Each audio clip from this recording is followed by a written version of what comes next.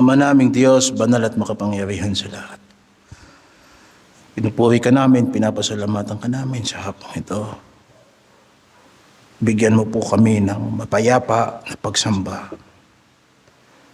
At ang iyong banal na Espiritu ay manguna po sa aming lahat ng aming mapapakinggan at kumilos sa aming puso upang aming maisagawa ang lahat ng iyong kalooban matapos na ito ay aming mapakinggan.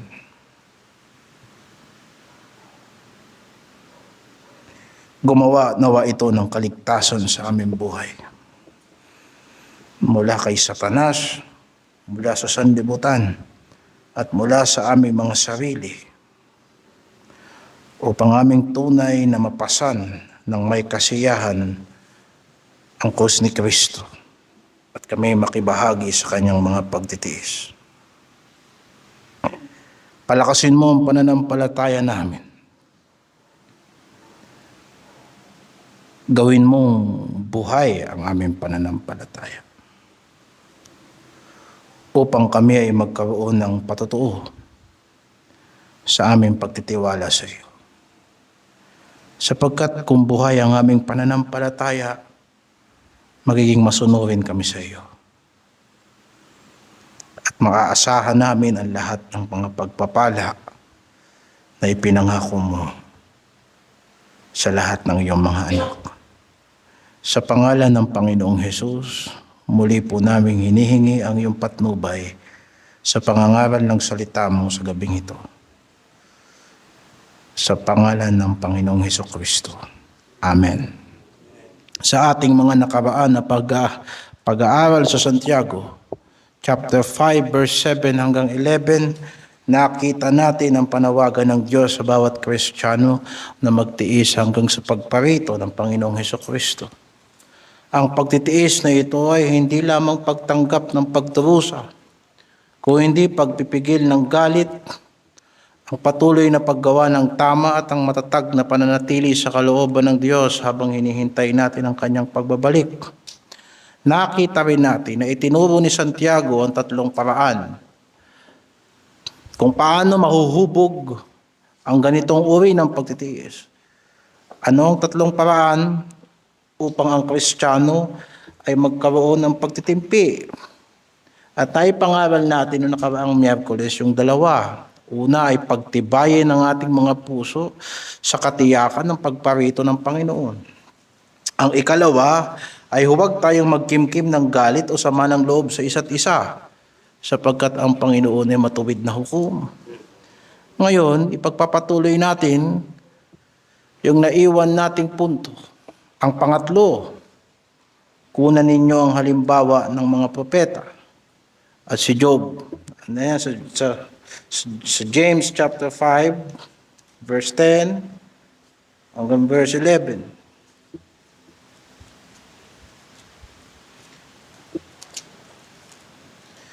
Kunan ninyong halimbawa ng pagbabata at ng pagtitiis, mga kapatid, ang mga propeta na nagsisipagsalita sa pangalan ng Panginoon. Narito tinatawag nating mapapalad ang mga nagtitiis.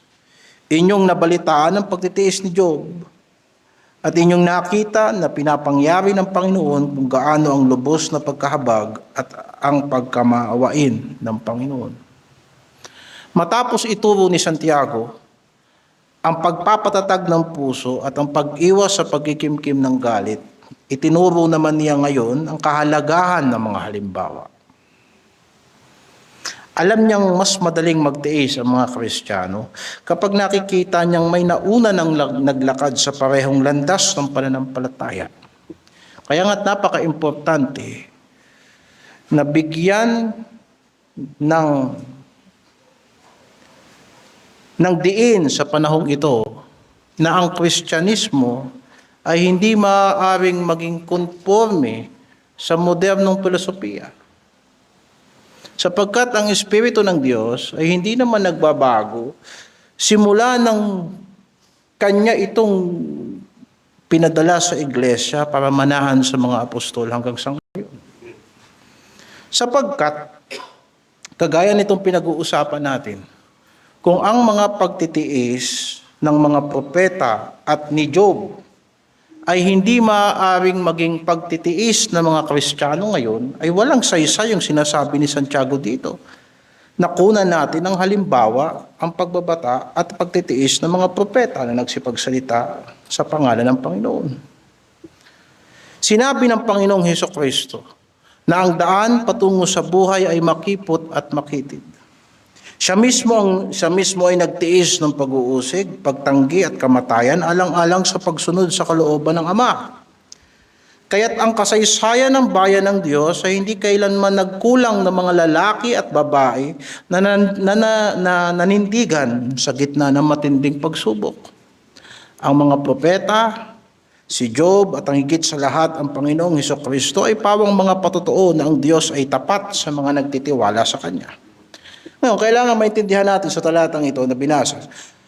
Gumamit si Santiago na ibang salitang Griego para sa salitang pagtitiis. Doon sa mga nauna nating talatang binasa sa chapter 7, ang salitang ginamit ay makrotimia, na nagbibigay diin sa pagpipigil ng galit. Subalit dito sa binasa natin, sa verse 10 hanggang verse 11, ang salitang Griego na ginamit dito sa salitang pagtitiis ay hypomone, na tumutukoy sa matatag na pananatili sa kalooban ng Diyos sa gitna ng mga pagsubok. Kung ikukumpara natin sa mga definition na binigay sa atin ng mga nakaraang prayer meeting, nung una, ang pagtitiis ay pagbibigay daan sa galit. Ang pagtitiis ay pagtitimpi. Dito sa verse 10 at verse 11, binigyan diin ni Santiago na ang pagtitiis ay pananatili sa kalooban ng Diyos sa gitna ng pagsubok. Dito natin makikita ang kabuuan ng tunay na pagtitiis, hindi sapat na pigilin ang galit. Maaring hindi tayo gumaganti o nagsasalita ng masama, ngunit maari pa ring tumitigil na tayo sa paggawa ng mabuti. Maaring hindi tayo nagagalit sa mga taong umuusig sa atin, pero hindi naman natin ginagawa sa kanila yung tama na gawin natin ayon sa kalooban ng Diyos. Ang tunay na pagtitiis ay hindi lamang nagpipigil na gumawa ng masama, kundi ang pagtitiis na ipinapakita sa banal na kasulatan ay pagpapatuloy sa paggawa ng mabuti. Huwag nating kalimutan na isa sa mga sinabi ni Santiago na sa taong alam na gumawa ng mabuti pero hindi niya ginawa, siya ay nagkakasala. Kaya ang pag-iwas sa masama na walang kasamang paggawa ng mabuti ay kasalanan pa rin sa harapan ng Diyos. Kaya ang pagtitiis ay hindi lamang pag-iwas sa paghihiganti, kung hindi ang pagtitiis ay patuloy na paggawa ng mabuti kahit tayo ang nasasaktan. Ito ang ipinakita ng mga propeta. Sa kabila ng mga pagtanggi sa kanila, pag-uusig na kanilang naranasan at mga pagbabanta ng mga taong hindi tumatanggap ng salita ng Diyos, hindi nila tinalikuran ang mensaheng ipinagkatiwala sa kanila ng Diyos. Hindi nila iniwanan yung kanilang panawagan. Ito rin ang nakita natin kay Job. Hindi siya naging taong walang tanong o walang dalamhati. Meron din siyang mga tanong sa Diyos. Naranasan niya ng tunay yung mga sakit ng mga kayamanan na nawala sa kanya, yung buhay ng mga anak niya na nawala sa kanya. Ngunit sa kabila ng kanyang pagdudurusa, ay nanatili siyang nagtitiwala sa Diyos hanggang sa huli. Kaya nga sinabi ni Santiago, tinatawag nating mapapalad ang nagtitiis. Ang tunay na pagpapala ay hindi ang kawalan ng pagsubok, kundi ang katapatan sa gitna ng pagsubok. Ngunit higit pa sa halimbawa ng mga propeta at ni Job, nais si Santiago na makita natin ang katangian ng Diyos. At kung maalala ninyo sa chapter 1 ng Santiago, ang panahon ng pagsubok ay pagkakataon na mas lalo nating makilala ang Ama natin sa langit. At sinabi rito ni Santiago, inyong nakita ang pinapangyari ng Panginoon, kung gaano ang lubos na pagkahabag at pagkamaawain ng Panginoon. Hindi nagtitiis ang Kristiyano dahil lamang sa lakas ng kanyang loob. Ang Kristiyano ay nagtitiis dahil kilala niya ang Diyos na kanyang pinaglilingkuran. Ang Diyos na nagpalakas sa mga propeta at ang Diyos na hindi nagpabaya kay Job at ang Diyos na umalalay sa kanyang anak na si Jesucristo at nagsugo ng banal na Espiritu sa unang iglesia ay siya ring Diyos na puspos ng habag at awa sa lahat ng kanyang mga anak. Kaya't isinulat ni Apostol Pablo sa Romans chapter 15 verse 4, ang anumang mga bagay na isinulat ng una ay nangasulat dahil sa ikatututo natin, upang sa pamamagitan ng pagtitiis at pag-aliw ng mga kasulatan ay magkaroon tayo ng pag-asa. Hindi lang aliw ang natututunan natin sa banal na kasulatan, tandaan natin. Ang isang marka ng pagkatuto sa salita ng Diyos ay hindi lang kasiyahan, pagtitiis din. Ang mga kasaysayang ito ay hindi lamang tala ng nakaraan. Isinulat ang mga ito upang tayo magkaroon ng pag-asa. Sapagkat ito ay patotoo ng mga taong nauna sa atin. Halos 4,000 hanggang 2,000 taon na nakalilipas. Habang binabasa natin ang katapatan ng Diyos sa buhay ng kanyang mga lingkod, lalo tayong napapalakas upang magpatuloy sa pananampalataya hanggang sa pagparito ng Panginoong Hesukristo. Iniwanan tayo ni Santiago na isang malinaw na larawan ng buhay Kristiyano. Ang paghihintay sa pagbabalik ng Panginoong Hesukristo ay hindi isang buhay ng pag-upo at paghihintay lamang. Ito ay buhay ng pagtitiis, pagpapatibay ng puso, pagtanggi sa galit at paghihiganti, at matatag na pagpapatuloy sa kalooban ng Diyos sa gitna ng mga pagsubok. Napansin natin, doon sa pangatlong punto na kunan natin ng halimbawa ang mga propeta ay nagpapakita na dapat hindi tayo natatapos sa pag-aaral ng salita ng Diyos. Ang patuloy na pagsisiyasat sa kalooban ng Diyos na nakasulat sa banal na kasulatan ay nakakatulong sa atin upang tayo lalong maging matiisin. Sa totoo lamang, kung hindi mo kayang tiyagain ang Biblia mo na basahin araw-araw, wag mo sabihin na matsatsaga mo ang maraming pagsubok sa pagsunod kay Kristo. At isang bagay na kailangan nating balikan bilang mga Kristiyano, sa pag-aakala natin na napakahuhusay na natin sa banal na kasulatan, hindi na tayo nagbabasa ng banal na kasulatan. Ngunit hindi tayo naglalakad ng mag-isa, mga kapatid. May nauna sa atin. At higit sa lahat, nauna ang ating Panginoong Hesukristo. Kaya sinabi sa Hebrews 12 verse 1-3, yamang tayo'y napapalibutan ng gayong kakapal na bilang ng mga saksi. Kung titignan mo yung context ng Hebrews 11, mga saksi na ang Diyos ay tumutupad sa pangako. Na ang mga taong may pananampalataya ay nananatili sa pangahawak sa mga pangako ng Diyos. Tayo ay napapalibutan ng gayong kakapal na bilang ng mga saksi. Ay iwaksirin naman natin ang bawat pasahan at ang kasalanang madaling pumipigil sa atin at takbuhin nating may pagtitiis ang takbuhin inilagay sa harapan natin. Namasdan natin si Jesus na gumagawa at sumasakdal ng ating pananampalataya na dahil sa kagalakang inilagay sa harapan niya ay nagtiis ng krus na niwalang bahala ang kahihiyan at umupo sa kanan ng luklukan ng Diyos. Sapagkat dilidilihin ninyo yung nagtiis ng gayong pagsalangsang ng mga kasalanan laban sa kanyang sarili upang kayo'y huwag magsihina na manglulupaypay sa inyong mga kaluluwa. Doon sa huling talata na binasa natin, sa verse 3, sinabi niyong dilidilihin ninyo ang pagtitiis ni Kristo upang huwag kayong magsihina. Ano ang larawan ng mahinang Kristiyano? Nanlulupaypay ang kaluluwa. Kaya't magdili-dili tayo ng paghihirap ni Kristo upang tayo'y lumakas. Ito ang tunay na lihim ng pagtitiis. Hindi ito matatagpuan sa tibay ng ating kalooban, kundi sa pagtitig ng ating mata kay Kristo. Habang mas pinagmamasdan natin ang kanyang pag-ibig, ang kanyang pagtitiis at ang kaluwalhati, ang kanyang tinamo matapos ang krus, lalo rin tayong napapalakas upang magpatuloy sa ating takbuhin. Ngayon, isummarize natin bago tayo magpatuloy. Sa makatuwid, saan galing ang pagtitiis ng Kristiyano? Nahuhubog ito sa pagtuon ng pangitain sa nalalapit na pagparito ng Panginoong Jesucristo, sa pag-ibig sa mga kapatid at sa pagsunod sa mga halimbawa ng banal na kasulatan. Ngayon, magpapatuloy tayo sa verse 12 hanggang sa verse 18. James chapter 5, verse 12.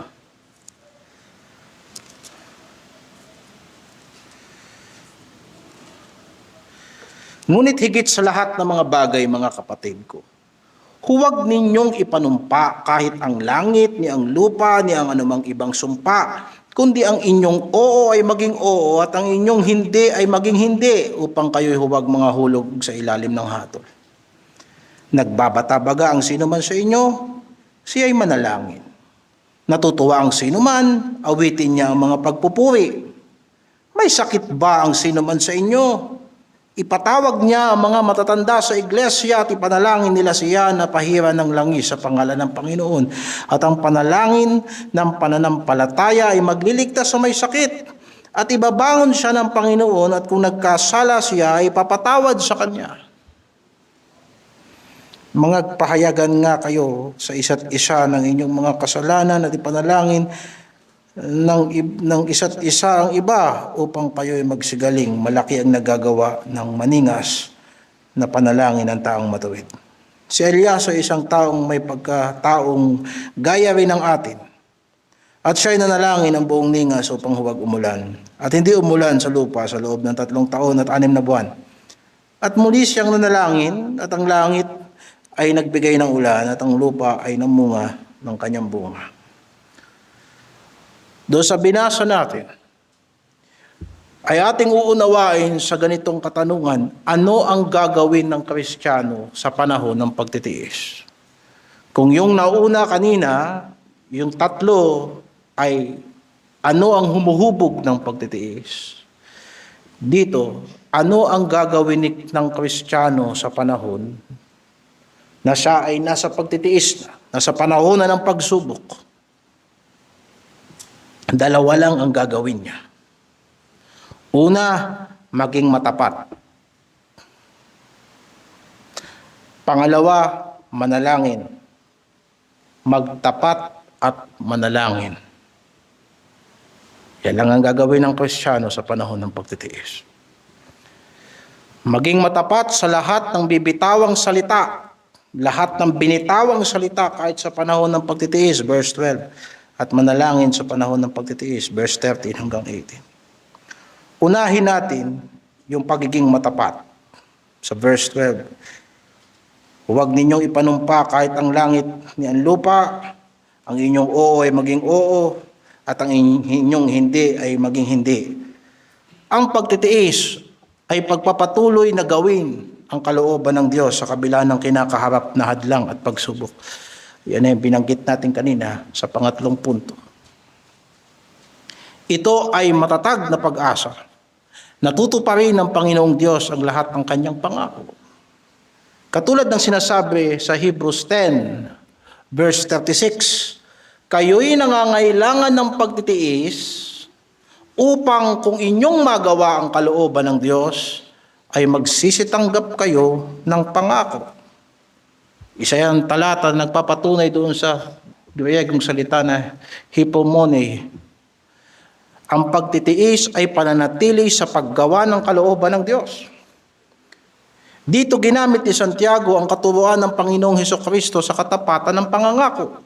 Naalala ninyo sa Matthew 5 verse 34 hanggang 37, sinabi ng Panginoon, sinasabi ko sa inyo, huwag ninyong ipanumpa ang anuman, kahit ang langit, sapagkat siya'y luklukan ng Diyos, kahit ang lupa, sapagkat siya'y tungtungan ng kanyang mga paa, kahit ang Jerusalem, sapagkat siya'y bayan ng dakilang hari, kahit man ang ulo mo ay huwag mong ipanumpa, sapagkat hindi ka makaagawa ng isang buhok na maputi o maitim. Datapwat ang maging pananalita ninyo'y oo, kung oo, hindi kung hindi, sapagkat ang humigit pa rito ay buhat sa masama. Sa panahon ng pagtitiis, sinusubok hindi lamang ang ating kakayahang magtiis, kundi maging ang ating katapatan. Ang pagsubok ay maaaring magtulak sa tao na magsalita ng padalos-dalos at gumawa ng mga pangakong hindi niya kayang tuparin o wala siyang intensyon na tuparin o gumamit ng mga panunumpa upang patunayan ang kanyang mga sinasabi. Minsan ginagamit pa natin yung salitang sa biyaya ng Diyos gagawin ko yan, na wala naman talaga tayong intensyon na sundin yung sinasabi natin. Lagi ginagamit natin by God's will, pero wala naman talaga tayong intensyon na sundin yung kalooban ng Diyos. Ngunit sinabi ng Panginoon na ang isang taong matuwid ay hindi na nangangailangan ng ganitong panunumpa. Sapagkat kung totoo ang iyong puso, totoo din ang iyong gagawin. Kung sinungaling ang iyong puso, magsisinungaling ka rin sa iyong gawa. Ang kanyang oo ay sapat na at ang kanyang hindi ay may pagkakatiwalaan. Una nang sinulat ni Santiago sa chapter 1 verse 2 to 3 na ang tukso ay pagsubok sa pananampalataya. Ang pagsubok ay oportunidad na manangan sa karunungan ng Diyos. Ang Kristiyano ay dapat manindigan. Sinabi sa chapter 1 verse 8 ng Santiago, ang taong may dalawang akala ay walang tiyaga sa lahat ng kanyang mga paglakad. Kung titignan natin ang context ng James chapter 1, inilalarawan dito ang klase ng mga tao na humihingi ng karunungan sa Diyos, ngunit nag-aalinlangan sa Diyos. Tignan mo yung koneksyon. Kung ang tanong ay, nanangan ka ba sa Diyos? Oo. Kahit ikaw ay dumaan sa pagsubok, yung pananangan sa Diyos, dapat maging oo pa rin yan. O di naman kaya sa umpisa pa lang, sabihin mo na hindi ka na nananampalataya sa Diyos. Sapagkat ang taong may dalawang akala ay hindi mapapanuto sa lahat ng kanyang gagawin. Kaya makakita ka ng Kristiyano na ibang sinasabi, ibang ginagawa. At lumalabas yan madali sa panahon ng pagsubok. Maraming Kristiyano na malakas ang pananampalataya sa salita, pero pag naghihirap, mananangan sa sanlibutan at hindi sa salita ng Diyos. Kaya, ang ganoong klase ng paghingi ay walang maaasahan sa Diyos. Anong sinabi ng verse 6 at verse 7 ng chapter 1? Yaong nag-aalinlangan ay katulad ng isang alon ng dagat na itinutulak ng hangin at ipinapadpad sa magkabi-kabila. Huwag isipin ng taong yaon na siya'y tatanggap ng anumang bagay sa Panginoon. Huwag natin kakalimutan mga kapatid, na pagka tayo'y nananalangin, hindi gusto ng Diyos na iba yung sinasabi natin sa Kanya at iba yung ginagawa natin. Diyan pa lang sa talatang sinabi ni Santiago, huwag ka nang umasa. Ang mga pagsubok ay inilalantad kung gaano tayo nagtitiwala sa Diyos. Inilalabas nito kung gaano tayo nagpapakababa sa Kanya at sumasalangsang sa diablo. Tignan mo to, sasabihin natin na nagpapakumbaba tayo sa Diyos, kaya lang sumusunod din naman tayo sa diablo. Samantalang hindi yun ang sinasabi ng Santiago chapter 4 verse 6 and 7. Sinabi doon, magpailalim tayo sa makapangyarihang kamay ng Diyos at salangsangin natin ang diablo. Inihahayag din ito kung gaano tayo katapat sa pangakong ating binitawan. Madali lang magsabi na susunod tayo kay Kristo, pero pag dumating ang pagsubok, siguraduhin mo na ang iyong oo ay magiging oo at ang iyong hindi ay magiging hindi. Madali lang sabihin na tinatalikuran natin ang kasalanan, pero siguraduhin mo na pag dumating ang tukso, ang iyong oo ay dapat oo at ang iyong hindi ay dapat hindi. Sapagkat hindi natutuwa ang Diyos sa mga nangangako na hindi tinutupad. Chapter 5 ng Ecclesiastes. Pagka sinabi natin na mamumuhay tayo sa Kanyang kalooban, siguraduhin natin na sa panahon ng pagsubok, yung oo mo ay oo pa rin at ang hindi ay hindi. Kahit ilang beses nating banggitin sa pangalan ni Kristo, sa biyaya ng Diyos, sa awa ng Diyos, yung resulta ng trabaho mo, yan pa rin ang nagpapahayag ng iyong puso. Kaya sinabi ng Panginoon, huwag mong ipanumpa ang langit kasi trono ng Diyos yun. Huwag mo ring ipanumpa ang lupa sapagkat yan ang tungtungan ng Diyos. At huwag mong ipanumpa ang pangalan ni Kristo sapagkat nasusulat, huwag mong gagamitin ang pangalan ng Panginoon mong Diyos sa walang kabuluhan. Higit sa lahat, ang panahon ng pagsubok ay oportunidad din na makilala ang Diyos bilang Ama na mabuti at matapat sa Kanyang mga anak. Tignan mo sa chapter 1 verse 17, inawit natin kanina yung dakilang tunay kang matapat. Pagkat naalala ko yung kantang yan dito sa verse na ito. Ang bawat mabuting kaloob at ang bawat sakdal na kaloob ay pawang buhat sa itaas na bumababa mula sa ama ng mga ilaw na walang pagbabago ni kahit anino man ng pag-iiba. Ang katapatang ito ng Diyos, ang pinagmumulan ng katapatan ng Kristiyano sa panahon ng mga tuksong umaakit sa Kanya palayo sa pananampalataya. Bakit gusto ng Diyos na lahat ng oo natin, oo, at lahat ng hindi natin ay hindi? Sapagkat ang lahat ng pangako ng Diyos kay Kristo ay oo kung oo. Ang lahat ng pangako ng Diyos kay Kristo ay amen. Amen. Para sa kaluwalhatian ng Diyos. Basahin natin sa 1 Corinthians 10:13. At makikita natin paano kumikilos ang katapatan ng Diyos sa panahon ng pagtitiis. Hindi dumadating sa inyo ang anumang tukso, kundi yaong matitiis ng tao. Datapwat tapat ang Diyos. Yun ang connection sa James 1:17 kanina. Na pinagmumulan ng mabuting kaloob ang ama ng mga ilaw na hindi nagbabago at hindi nag-iiba. Tapat ang Diyos na hindi niya itutulot na kayo'y tuksuhin ng higit sa inyong makakaya. At hindi yan nagtatapos dyan. Kundi, kalakip din ng tukso ay gagawin naman ang paraan ng pag-ilag upang ito'y inyong matiis. Ang katapatan ng Diyos ay nakikita sa buhay ng Kristiyano sa panahon ng pagsubok kung siya ay nakakailag sa mga daya ng tukso. Gaano man ito kalapit sa kanyang likas na pagdanasa at nakikita ang katapatan ng Diyos kapag tayo ay nakapagtitiis na manatili sa kalooban ng Diyos. Hindi matapat ang Diyos para pahintulutang tayong magkasala at magpatuloy sa kasalanan. Ang katapatan ng Diyos ay gumagawa para tayo ay makailag at makapanatili sa kalooban ng Diyos. Sa pamamagitan ng kanyang biyaya ay hindi maaalis ang ating tingin sa tagumpay ni Hesukristo sa krus. Sa pamamagitan ng kanyang pag-ibig ay iibigin natin ang ating mga kapatid, kahit ang ating mga kaaway. Sa pamamagitan ng maamong puso ni Kristo ay patuloy tayong matututo sa Kanya at makakasumpong ng kapahingahan sa ating mga kaluluwa. Kaya ang inyong oo ay maging oo. At ang inyong hindi ay maging hindi, upang kayo'y huwag mga hulog sa ilalim ng hatol, ayon sa sinulat ni Santiago. At ang sinabi ng Panginoong Hesukristo, ang humigit pa rito ay buhat sa masama.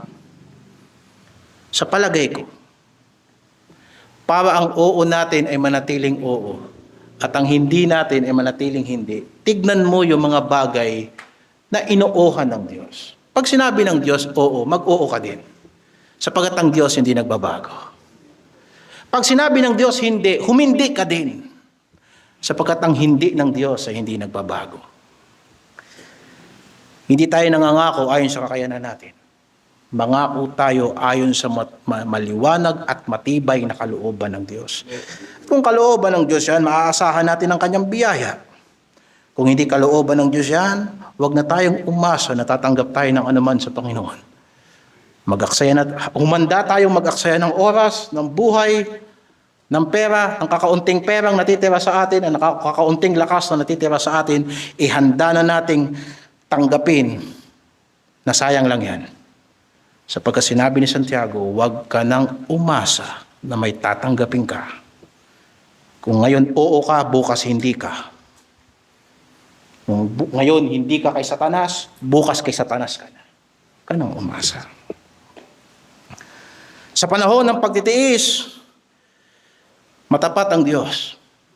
Kaya nga ang pagtitiis ay hindi dahilan upang maging pabago-bago. Ang pagtitiis ay hindi dahilan para yung salitang binitawan natin sa harapan ng Diyos at sa harapan ng iglesia babaguhin natin. Mapapatunayan pa nga kung sino mga anak ng Diyos sa kanilang pananatili sa kalooban ng Diyos kahit nagbabago ang panahon. Kagaya ng salita ng Diyos, hindi nagbabago. Hindi dahilan ng kahirapan para lumihis tayo sa pangako ng Diyos. Sa halip, ito pa nga ang panahon para lalong mahayag ang katapatan ng Diyos sa isang Kristiyano. Kailangan na tayong lumago. Wag na patutuon natin matapat ang Diyos sa dami ng ating kasalanan. Maiintindihan ko yan kung ang kausap ko ay Kristiyanong kalililigtas lang noong nakaraang taon. Pero kung marami na tayong natutunan sa banal na kasulatan, at malalim na ang ugat natin sa doktrina ng Ebanghelyo, magpatotoo ka na kung ilang beses kang pinigilan ng Diyos sa pagtalikod. Ilang beses mong gustong magalit pero pinigilan ng Diyos yung galit mo. Bagkus inibig mo ang iyong kaaway. Dinala mo siya kay Kristo. Imbis na magsinungaling tayo, tinuruan tayo ng Diyos magsabi ng totoo. Imbis na magmataas tayo, tinuruan tayo ng Diyos magpakababa. Bakit? Kasi ang iglesyang ito ay may 23 taon na ng katapatan ng Diyos.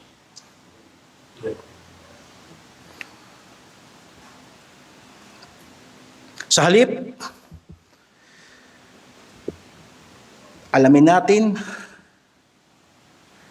na ang paglilingkod sa Diyos ay dapat hindi nagbabago. Yan lang ang tanging kaibahan natin sa maraming nagpapakilalang Kristiyano. Madali lang maglingkod sa Diyos pag marami kang pondo. Madali lang magtayo ng ministry pag marami kang pondo, sikat ka, mayaman ka. Pero gagawin mo pa rin ba yan? At hindi ka bibitaw sa pag-asa kung wala ka ng mga bagay sa sanlibutan. Para sa akin, doon ang gagaling ang lakas ko ng loob sa paglilingkod sa Diyos. Ngayon, pangalawa, manalangin sa panahon ng pagtitiis.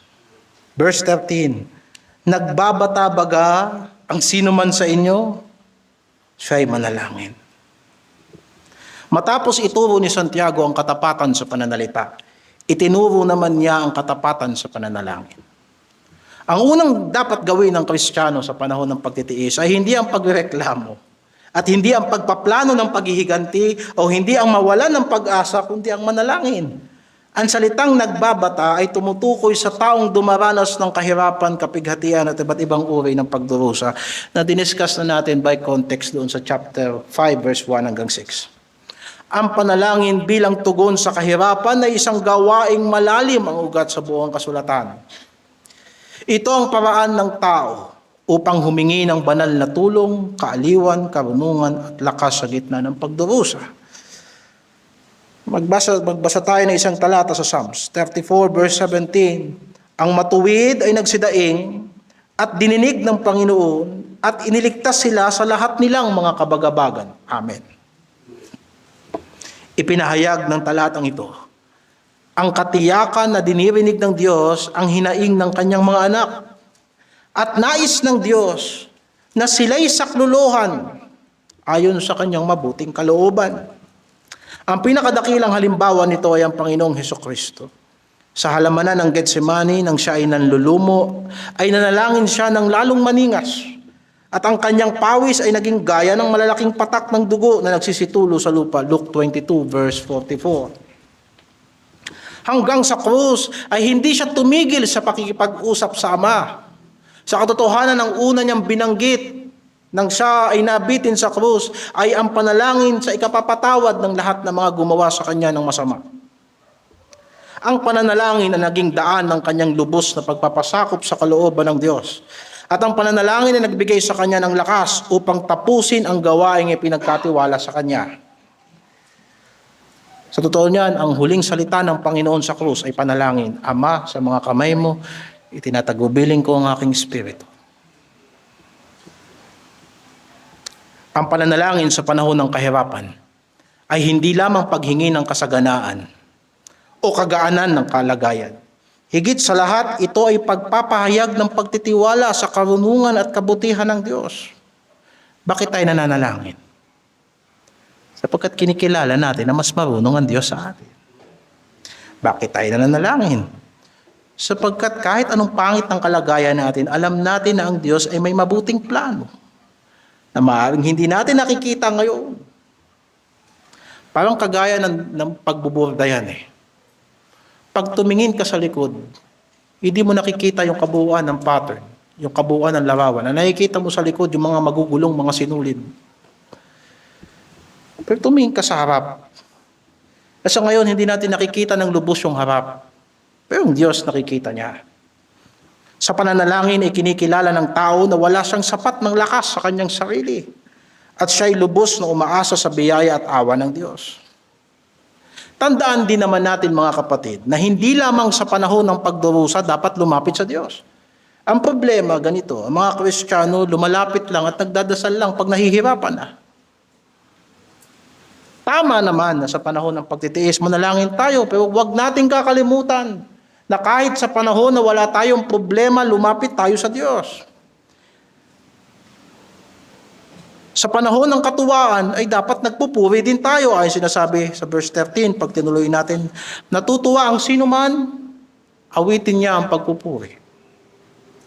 Ang pagpupuri ay isa ring anyo ng panalangin. Pag tinignan mo ang Psalms, yan ay mga awit ng pagpupuri sa Diyos, pero yan ay mga panalangin din.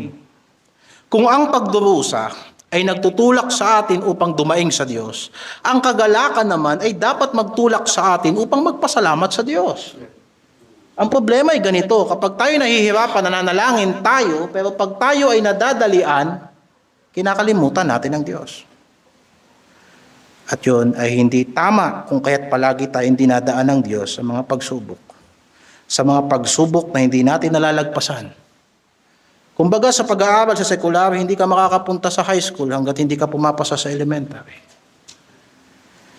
Subalit, kahit sa panahon ng pagsubok ay maaari pa rin tayong maging masaya.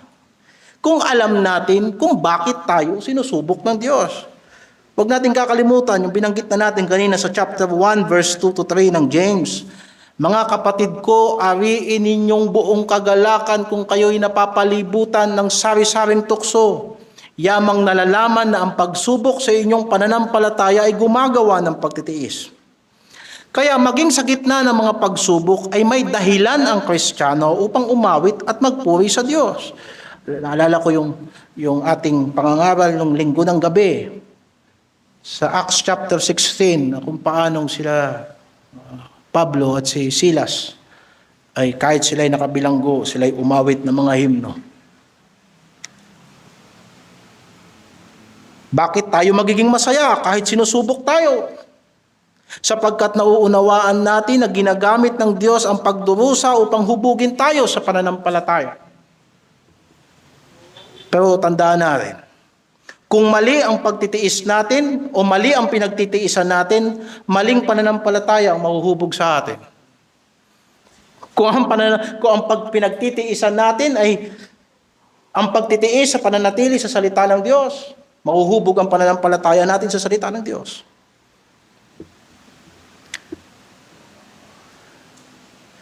Ngayon, sa pagpapatuloy natin sa chapter 5, binanggit din ni Santiago na pananalangin din ang dapat gawin sa panahon ng pagtitiis sa karamdaman. Ang karamdaman ay pagsubok din.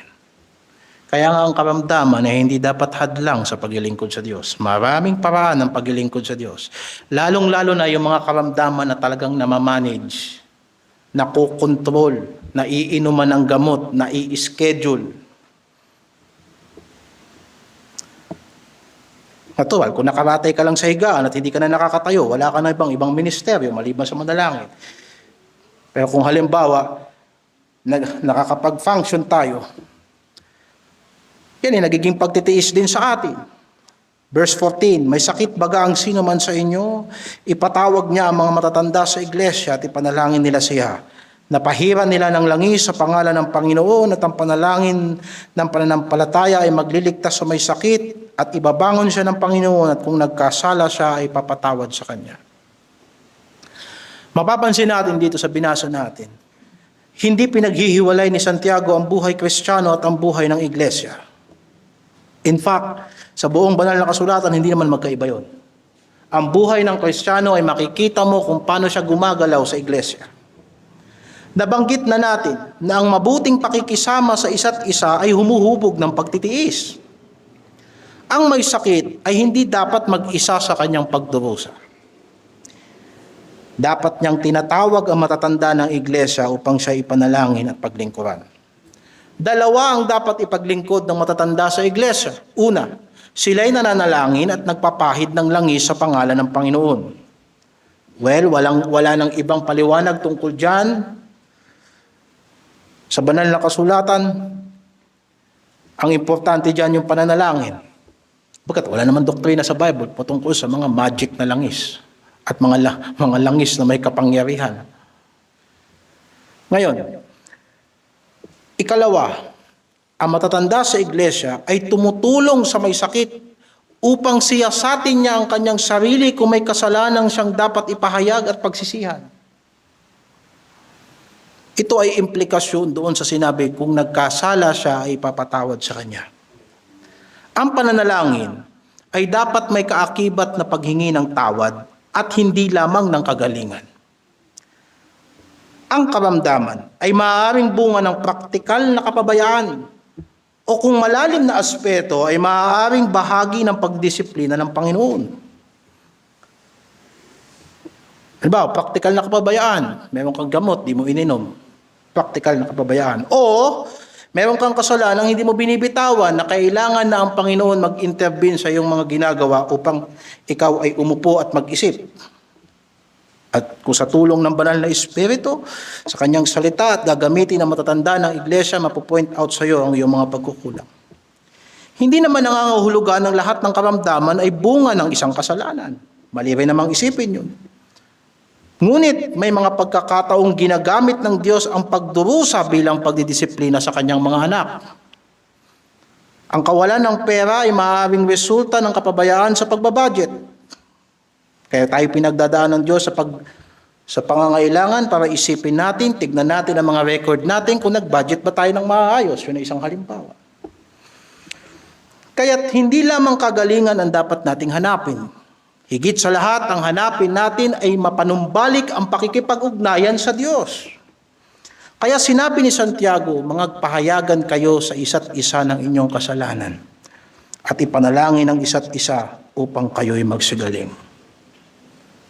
Sapagkat ang maayos na relasyon sa Diyos ay magresulta ng maayos na relasyon sa kapatiran. At kung maaari sa lahat ng taong labas sa pananampalataya. Maaaring magdagdag tayo ng pangangaral tungkol niyan sa mga bagay na yan. Kaya lamang ang punto natin sa hapong ito ay ang pananalangin sa panahon ng pagsubok. Ang panahon ng kahirapan ay panahon din ng pagsusuri sa sarili. Bakit ba? Sa siyensya, bakit ba nagkakasakit ang tao? Kakasakit ang tao pag nagkukulang na tayo ng mga mineral na kailangan natin o sumusobra tayo ng mga bagay na hindi natin kailangan. Pero higit sa lahat, kapag tayo may sakit, humihinto tayo. Umuupo tayo. Nananatili tayo sa bahay, nag-iisip tayo. May pagkakataon tayo na mag-isip. Panahon ito para itanong kung may mga kasalanan ba akong dapat pagsisihan? May mga bagay ba akong hindi ginagawa? May mga kapatid ba ako na dapat hingan ng tawad? O may mga relasyon ba akong dapat ayusin? Ang layunin ay hindi lamang paggaling ng katawan, kung hindi ang pagpapanumbalik ng buong pagkatao sa Diyos at sa kanyang iglesia. Kaya idinadagdag ni Santiago, malaki ang naggagawa ng maningas na panalangin ng taong matuwid, sa verse 16. Bilang halimbawa rito, ay natunay na malaki ang nagagawa ng maningas sa panalangin ng taong matuwid, binanggit niya si Elias. So verse 17. Si Elias ay isang taong may pagkataong gaya rin natin at siya'y nanalangin ng buong ningas.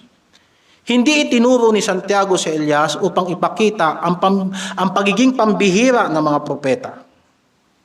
kundi upang ipakita na ang makapangyarihang pananalangin ay hindi para lamang sa mga natatanging tao. Hindi mo kailangan maging super spiritual para maging epektibo ang pananalangin mo kung talagang matuwid ang iyong katayuan sa harapan ng Diyos. Huwag mo sabihin na ang panalangin ng pastor ay mas mabisa kaysa sa panalangin mo kung talagang matuwid ang katayuan mo sa harapan ng Diyos. Kung ang iyong pananampalataya at ang iyong konsyensya ay matuwid sa harapan ng Diyos. Ang pananalangin ay hindi para sa mga taong may supernatural na espiritualidad. Ang mga propeta at apostol na ating tinutularan sa pagtitiis ay mga tao ring kagaya natin. At huwag nating kakalimutan na ang Panginoong Hesukristo, bagamat lubos na Diyos, ay tunay na naging tao. Kaya doon nga ay pinapakita na kung si Hesukristo, Diyos, ay nananalangin, ay paano pa kaya tayo na ang ating likas na kalagayan ay tao lamang. Si Elias ay taong may parehong kahinaan na meron tayo. At merong damdamin na meron tayo. Isipin mo sa chapter 18 ng 1 Kings, pinagbantaan siya ni Jezebel, tumakbo siya. Ang makapangyarihang propeta, tumakbo sa bundok sa takot. Ang kaibahan lamang natin kadalasan kay Elias ay nananalangin siya ng ayon sa kalooban ng Diyos. At may pagtitiwala siya sa Diyos. Kung mananalangin din tayo ng ganon, maiintindihan natin na ang lakas ng pananalangin natin ay wala sa taong nananalangin, kundi sa Diyos na kanyang dinadalanginan. Sapagkat kung gugustuhin talaga ng Diyos yan, mangyayari yan. Kaya manalangin tayo ng mga bagay na gusto ng Diyos. So binanggit ito na malaki ang nagagawa ng panalangin ng taong matuwid upang tayo hikayatin na manalangin sa Panginoon. Subalit tinukoy ng Biblia ang ilang pagkakataon na hindi gumagawa ang Diyos sa ating mga pananalangin. At meron ditong 5. Ito ay medyo segue dito sa exposition, pero mabuting bagay na ito ay marinig din natin sa gabing ito. 5 dahilan na hindi gumagawa ang Diyos sa ating mga pananalangin. Una, kapag mahal na mahal natin yung kasalanan na tinatago natin sa puso natin. Alam na natin, pero mahal na mahal natin yung kasalanan. Psalm 66 verse 18. Kung pinakundanganan ko ang kasamaan sa aking puso, hindi ako didinggin ng Panginoon. Yung salitang pinakundanganan, pinahalagahan ko. Kung nagpakundangan ako sa kasalanan, dapat ang kasalanan hindi dapat binibaby, dapat pinapatay. Kaya lang, binigyan mo ng respeto. Sa ESV, yung ginamit dyan, cherish. If I cherish sin in my heart. Kung mahal na mahal ko yung kasalanan, sinasabi na ng Diyos, bitawan mo yan, ayaw mong bitawan, wala kang panalangin, napapakinggan ng Diyos. Kaya paulit-ulit sinasabi ni Santiago, magsisi, magpahayag ng kasalanan, ituwid ang pagkakamali, sapagkat malaki ang naggagawa ng maningas na panalangin ng taong matuwid. Isa pa, ang ginagawa ng Banal na Espiritu sa atin, hindi lang kagalakan sa Diyos, kung hindi pagkamuhi sa kasalanan. Kaya kung pinakukundanganan ko ang kasamaan sa aking puso, hindi ako didinggin ng Panginoon. Pangalawa, ang pag-aalinlangan. Pero alam mo kay Santiago, ang pag-aalinlangan, hindi yan basta pagdududa. Pagdadalawang isip yan. So James chapter 1 verse 6 to 8. Ang pagdududa ay sapagkat yung kalooban ng Diyos at saka yung kalooban ng sanlibutan, pinagsasama natin sa isip natin. Nagdududa tayo kasi nagdadalawang isip tayo. Tama naman ang Diyos, kaya lang, diba? Mukhang tama naman yung kalooban ng Diyos. Kaya lang, sabi dito, James 1:6-8. Ngunit humingi siya ng may pananampalataya na walang anumang pag-aalinlangan. Sapagkat yaong nag-aalinlangan ay katulad ng isang alon ng dagat na itinutulak ng hangin at ipinapadpad sa magkabi-kabila, sapagkat huwag isipin ng taong yaon na siya'y tatanggap ng anumang bagay sa Panginoon. Ang taong may dalawang akala ay walang tiyaga sa lahat ng kanyang paglakad. Lalo na sa ating mga Kristiyano at nakakapakinig tayo ng salita ng Diyos, sasabihin natin, hindi tayo sumasampalataya sa Diyos, hindi dahil sa hindi talaga tayo nagtitiwala sa Diyos. Ang problema sa kawalan natin ng pananampalataya ito, nagtitiwala tayo sa Diyos, at the same time, nagtitiwala rin tayo sa sarili natin. Pagdadalawang isip. Kaya Proverbs 3, 5, and 6, sinabi doon, magtiwala ka na sa Diyos ng buong puso at huwag kang manangan sa sarili mong karunungan. Sapagkat kung magtitiwala ka sa Diyos at mananangan ka rin sa sarili mong karunungan, nagdadalawang isip ka. At kung nagdadalawang isip ka, ayon kay Santiago, wala kang pananampalataya sa Diyos. At ang sinasabi, huwag isipin ng taong yaon na siya'y tatanggap ng anumang bagay sa Panginoon. Pangatlo, masamang hangarin. Pag hindi kalooban ng Diyos, huwag mo nang hingin. Pag hindi tama ang motibo, huwag mo nang hilingin. Santiago 4:3, kayo'y nagsisihingi at hindi kayo nagsisitanggap sapagkat nagsisihingi kayo ng masama upang gugulin sa inyong mga kalayawan. Tandaan natin, hindi popondohan ng Diyos ang pagbabackslide natin. Sinong magpopondo niyan? Si Satanas at saka si Sanlibutan. Kung anak ka ng Diyos, hindi ka bibigyan ng Diyos na ikasasama mo. Kung napasama ka, hindi ang Diyos ang nagbigay niyan. Tuloy. Pang-apat, kapag meron tayong mga kinikimkim na sama ng loob sa puso natin at hindi tayo nagpapatawad sa ating puso, hindi kumikilos ang Diyos sa ating pananalangin. Mark 11:25-26. Kaya napansin mo, paulit-ulit si Santiago rito, huwag kayong mag-upasalaan, mga kapatid. Bakit? Sapagkat ang ending niya, ang maningas na panalangin ng taong matuwid, malaki ang magagawa. Mark 11:25-26. Kailanman kayo'y nakatayong nagsisipanalangin, magpatawad kayo.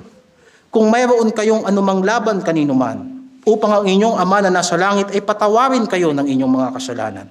Datapwat kung hindi kayo magpapatawad, hindi rin kayo patatawarin ng inyong kasalanan ng inyong Ama na nasa langit. 5:16 ng Santiago, magpahayagan nga kayo ng isa't isa ng inyong mga kasalanan at ipanalangin ng isa't isang iba upang kayo'y magsigaling. Malaki ang nagagawa ng maningas sa panalangin ng taong matuwid. At ito'y pang-5, at ito'y importante. Kapag hindi maganda ang pagsasama ng mag-asawa, 1 Peter chapter 3 verse 1. At tatalon tayo sa verse 7. Kayong mga asawang babae, pasakop kayo sa inyong sari-sariling asawa. Then, talon tayo sa verse 7. Gayon din naman kayong mga lalaki, magsipamahay kayo kasama ng inyong asawa ayon sa karunungan o pagkakilala na pakundanganan, pahalagahan ang babae na gaya ng marupok na sisidlan.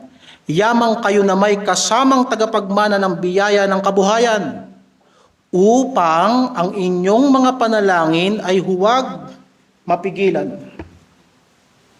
So kapag hindi nagkakasundo, lalo na sa pananampalataya, ang lalaki at babae, totoo naman mahirap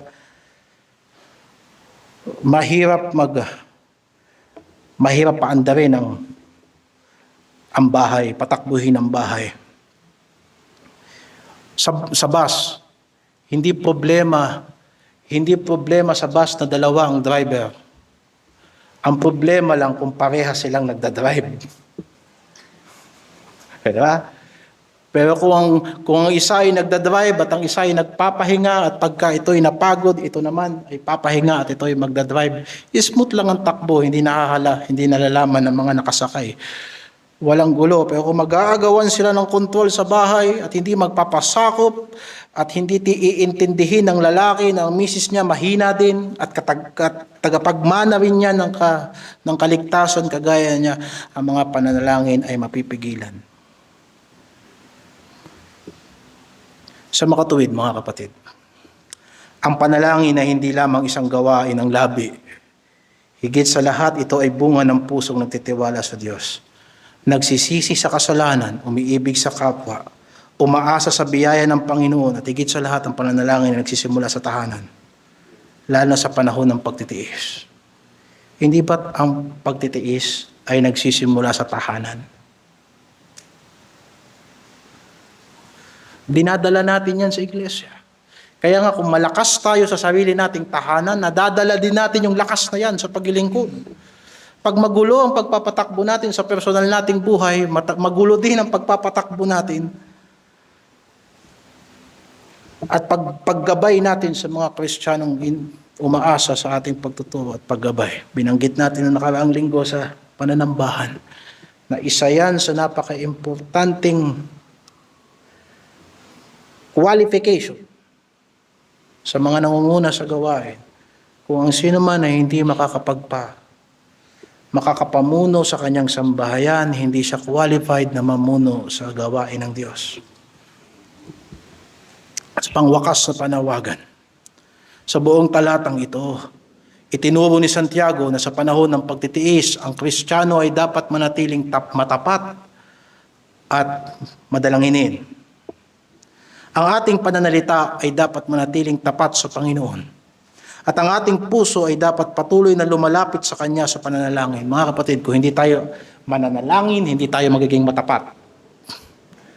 Nais nating magtapat, pero napakaraming tukso. Kaya ang sabi ng Panginoon, manalangin kayo upang huwag kayong pumasok sa tukso.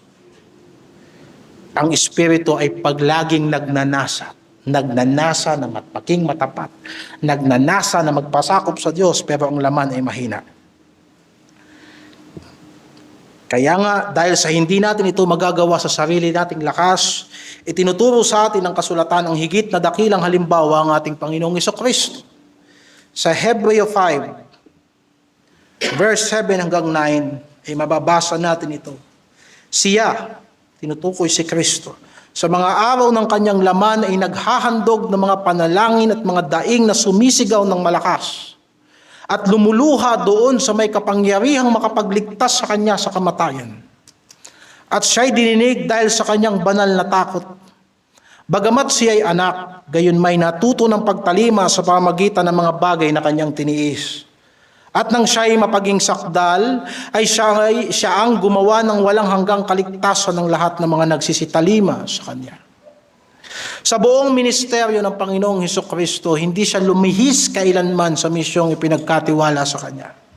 Sa kabila ng mga pagtutol, pagtataksil at pag-uusig at paghamak, pagpapahirap, nanatili siyang tapat sa kanyang sinumpaang tungkulin. At sa bawat yugto ng kanyang pagdurusa, ang kanyang naging kanlungan ay ang pananalangin.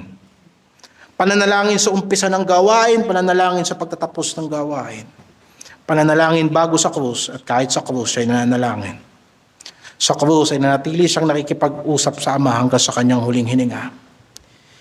Hindi siya naligtas mula sa krus. Hindi nawala ang krus.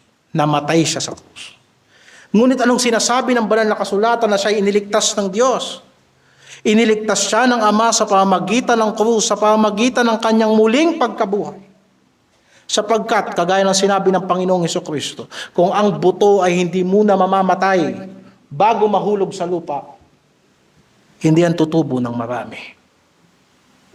Kagaya ng tayo, hindi natin mararanasan sa buhay natin ang kapangyarihan ng muling pagkabuhay ni Kristo kung hindi muna tayo mamamatay sa ating sarili.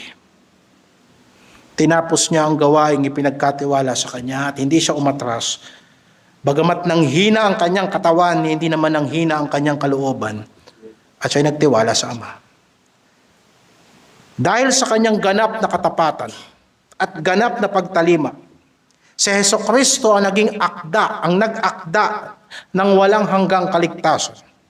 Ang ating kaligtasan ay hindi nakasalalay sa tibay ng ating pagtitiis, kundi sa katapatan ng pagtitiis ni Kristo. Kaya kung si Jesucristo ay nagtiis at ang kanyang espiritu ay nasa atin, makapagtitiis din tayo. Siya ang nagtiis hanggang wakas para sa atin, kaya siya rin ang makapagliligtas sa atin hanggang sa wakas. Lahat na hinihingi ng banal na kasulatan ay gagawin sa atin ng Diyos sa pamamagitan ng banal na espiritu. Kaya nga mga kapatid, hindi dapat tayo manghina sa gitna ng ating mga pagsubok. Manatili tayo sa tapat na ebanghelyo ni Kristo. Huwag nating ikahiya ang Panginoong Hesukristo at huwag nating talikuran ang ating mga ministeryo sa Kanya. Kasi mahirap, kasi wala tayong pera. Ito nga ay pagkakataon na maging matapat. Maraming mag-iisip sa atin na kahit si Satanas mag-iisip sa atin na kaya lang tayo naglilingkod sa Diyos sapagkat pinagpapala tayo ng Diyos, kagaya na sinabi niya kay Job. At maraming ganyan din ang iniisip ng mga tao sa atin. Ang kahirapan ay patunay na hindi tayo nasa gawain ng Diyos para lang kumain at uminom. Higit sa lahat, huwag nating pabayaan ang pananalangin. Lumapit tayo sa Diyos sa pangalan ng Panginoong Hesukristo, sapagkat siya ang ating dakilang saserdote. Siya ang nakaranas ng pagdurusa, subalit na natiling tapat hanggang wakas, at ngayon ay makapangyarihang makapagliligtas sa lahat ng lumalapit sa Diyos sa pamamagitan niya. Kung ang anak ng Diyos ay nanalangin sa panahon ng kanyang pinakamabigat na pagdurusa, edi lalo pa tayong nangangailangan ng pananalangin. At kung ang anak ng Diyos ay nanatiling tapat hanggang wakas, tayo man ay manatiling tapat hanggang sa araw ng kanyang pagparito. Sapagkat ang Kristo na nagtiis para sa atin ay siya ring Kristo na mag-iingat sa atin at magpapalakas sa atin at magdadala sa atin hanggang sa ganap na kaligtasan. Ayon nga sa sulat ni Apostol Pablo na binasa natin nakaraang linggo, na nalaman ko ang lihim. Kaya ko magpakababa, kaya ko rin sa taas, kaya ko sa kagutuman, kaya ko rin sa kabusugan. At kanyang sinabi, sapagkat magagawa ko ang lahat ng bagay sa pamamagitan ni Kristo na nagpapalakas sa akin. Magtapat at manalangin. Yan lang ang gagawin sa pagtitiis.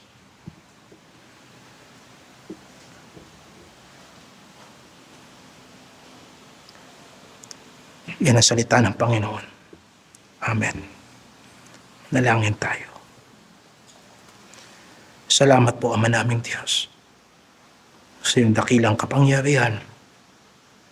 Salamat po sa iyong awa sa amin. Gawin mo kaming matatag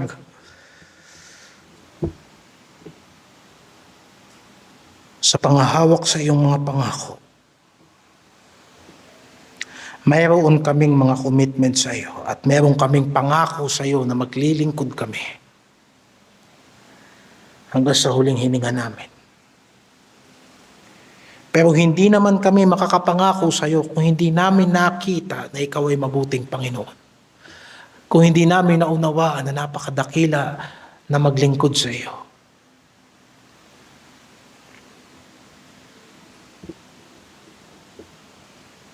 Hindi ka namin matututong mahalin kung hindi namin nakita kung gaano kadalisay ang iyong pagmamahal sa amin at kung paano ang pagmamahal na ito ay hindi panandalian lamang kung hindi magdadala sa amin sa buhay na walang hanggan. Kaya't Ama, hindi kami ang pumili sa iyo kundi ikaw ang pumili sa amin. At sa Jesucristo ang aming tagapagligtas. Gawin mo kaming matapat.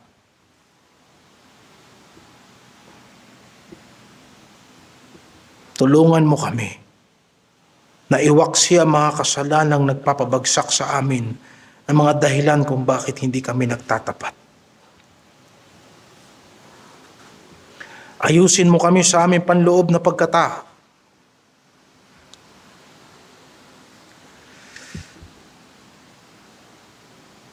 Sa aming mga motibo,